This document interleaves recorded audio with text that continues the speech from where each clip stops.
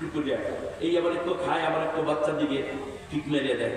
দেওয়ার পরে ওরা খাইতে থাকে। হঠাৎ করে আকাশে চিল এসে গেছে। তখন মাই কি করে,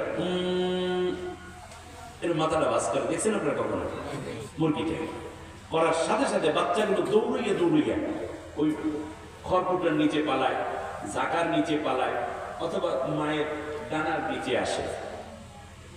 এরপর যখন বিপদ চলে যায় তখন আবার মা টুকটুক করে আওয়াজ দেয়, সবগুলো দৌড়ে আসে। তাহলে বোঝা যায় রাত্রে ফোটা বাচ্চাটিও সকালবেলা মায়ের ভাষা বোঝে। সবচেয়ে দুর্বল হইল মানুষ। এই মাত্র একটা ছাগলের বাচ্চা, কুকুরের বাচ্চা, বানরের বাচ্চা কিংবা একটা গরুর বাচ্চা পিয়াইলো, বাচ্চা দিল, আপনি দেখবেন এই আধা ঘন্টার মধ্যে একবার মায়ের সাথে মাঠে ঘাটে দৌড়াদৌড়ি করতেছে, ঠিক না? কিন্তু আমাদের তো 10 মাস কাছে খালি চিতা শরীফ হইয়া। চিতা শরীফ বোঝেন? চিতেই আছে, পায়খানা প্রস্রাব সব বেশি। আমরা দুর্বল, সৃষ্টির দিক খুলে কাল ইনসান দাঈফা, মানুষকে দুর্বল করে তৈরি করছি, ঠেলায় বাঁচা। একটা বানর, মা বানর যখন বাচ্চা দিবে তখন তার পেইন শুরু হয়। যখন তার পেইন অনুভব করে সে চলে যায় জঙ্গলের সবচেয়ে উঁচু গাছের দিকে, লাফ দেয়।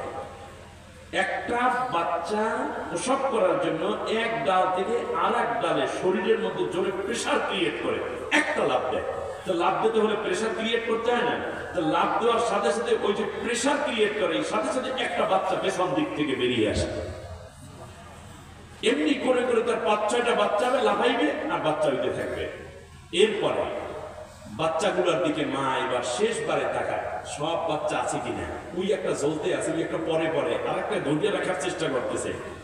এ ফাঁকে যদি কোনো বাচ্চা নিচে পড়ে যায় তাহলে মা ওখান থেকে রাগ করে নিচে নেমে, যদি দেখে নিচে পড়ার পরে বেঁচে আছে, ঘাড়ের মধ্যে কামড় দিয়ে মেরে ফেলে। কারণ কি? কারণ হচ্ছে তুই হচ্ছি বানরের বাচ্চা, বানর, এই ডাল ধরে তোর থাকতে হবে। নিচে আছে সিংহ, বাঘ, বল্লু, শত্রুর অভাব নাই। তোর খাবার এই গাছের কচি পাতা, পোকামাকড়। আর এখন হওয়ার পরেই যদি তুই ডাল ধরে না রাখতে পারিস তাহলে তুই জীবনে আর অস্তিত্ব খুঁজে পাবি না। এই জন্য আমি মাই এখন মাইরে ফেলাই, অন্যে মারবে তুই। হওয়ার সাথে সাথেই ডালটা ধরে ফেলায় বানরের বাচ্চা। আর আমাদের মায়ের আঙ্গুলটা ধরতে ওরাই 3 মাস লেগে গেছে, ঠিক না? অতএব বুঝতে হবে আমরা খুব দুর্বল সৃষ্টি। আমার বন্ধুগণ, এই জন্য আমাদেরকে আল্লাহ তাআলা বলছেন যে তোমাদেরকে আমি আল্লাহ বিভিন্ন ভাষা এবং বিভিন্ন দলে তৈরি করেছি, এই জন্য যাতে চিনতে পারো। মনে করেন আরাফাতের ময়দানে গেলে এখন আউলে গেছেন, মানে পথ ভুলে গেছেন। আরাফাতে মুজদালিফায় মাঝে মাঝে আউলে না মানুষ, তাহলে এখন